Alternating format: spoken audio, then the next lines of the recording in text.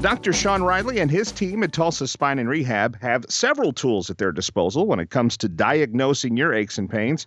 One of those is a movement assessment. What does that involve, Dr. Riley? Yeah, Scott. So I think we've spoken about selective functional movement assessments in the past. In this segment, we're going to discuss what a movement assessment is, and it's a question that I get quite frequently. It is a cornerstone of the examination process or the assessment process that we utilize on almost every single patient that walks in this door. And it, like I said, it's a tool to determine, where someone has limitations in what direction that we need to go. Essentially, we're just taking a snapshot of general movement patterns. When I talk about general movement patterns, simply, there's 7 things that we're going to check, but we're simply looking at flexion or bending, how you extend, maybe how well you squat or don't squat, rotating throughout your thoracolumbar spine or your torso, how well your ankles are moving. We call it dorsiflexion. Your cervical spine, how well you're able to rotate, and some of those types of things. So what we will do is we will do this movement assessment in combination with our typical orthopedic or neurological exams to determine where a patient might have limitations. And what we're trying to figure out is, these limitations typically can, cause bigger problems. Let's, for instance, a patient comes in with low back pain. We're still going to take them through these movement assessment screens to figure out if maybe one of they have an area of limitation or a deficiency that could potentially contribute or actually cause some of the low back pain. Now, more importantly, or most importantly, we want to make a determination, okay, what's the diagnosis? Does the patient have a disc problem? We want to treat that accordingly, but in combination with the exam, we're going to do this assessment. It just gives us information. And I like to tell patients, Scott, it gives me a roadmap. So I'm just not driving in the dark. I think so many times practitioners or therapists or chiros or doctors, we just take a look at a patient. We assume we know what the issue is. They have mechanical low back pain, and we're going to treat them like any other patient with low back pain. Well, I think that's the issue, I think it's inefficient, and it's ineffective as well.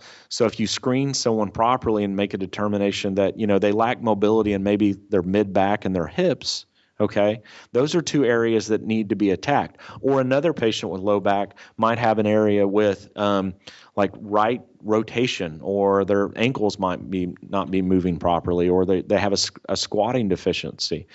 And so that roadmap allows us to figure out, okay, they have a limitation or let's say some mobility issues in these areas, and we're really going to attack these areas. So I go back to the mobility and the stability bucket, Scott. I want to figure out where a patient has tightness or flexibility issues. And then also I want to figure out where they might have some stability issues. Are they weak through their core or their glutes? Are those areas, do we need to pay a little more attention to those areas? And so once we determine that someone has some areas of restriction or mobility, we can attack those. And I always want to reestablish motion before I move on to just stability. Okay, I want to make sure something's moving properly, not only so it functions properly, but it makes us more efficient when we try to train something or try to stabilize something. One of the tricks one of the challenges that we have talked about before is where you feel the pain isn't necessarily where the source of the pain is. And so you need a tool like this, I would imagine, to help you figure out where that source is. Yeah, exactly. We started using this, I guess, 3.5 years ago. And I honestly think once we started implementing some of this selective functional movement assessment or just the movement assessment tools, it's changed my practice totally.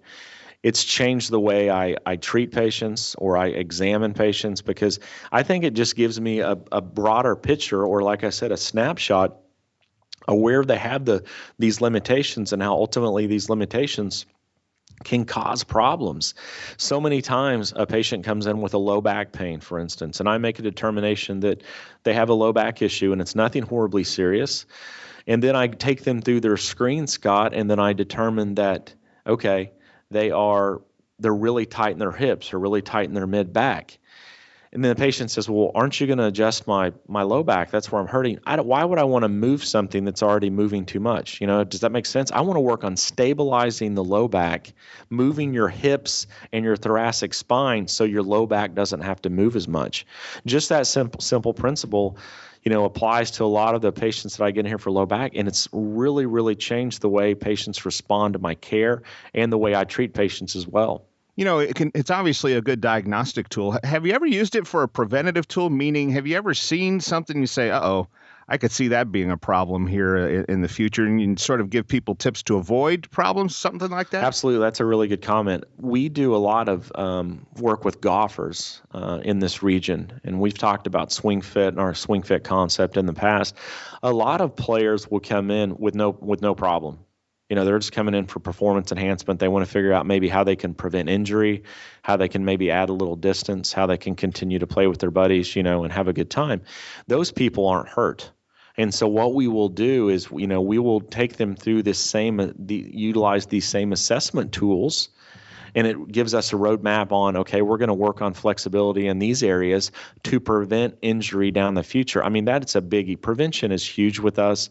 We're always talking to patients about getting out in front of different things. And there are so many things that we can do on a day-to-day basis that might take us 10 minutes that prevents a significant injury on down the line.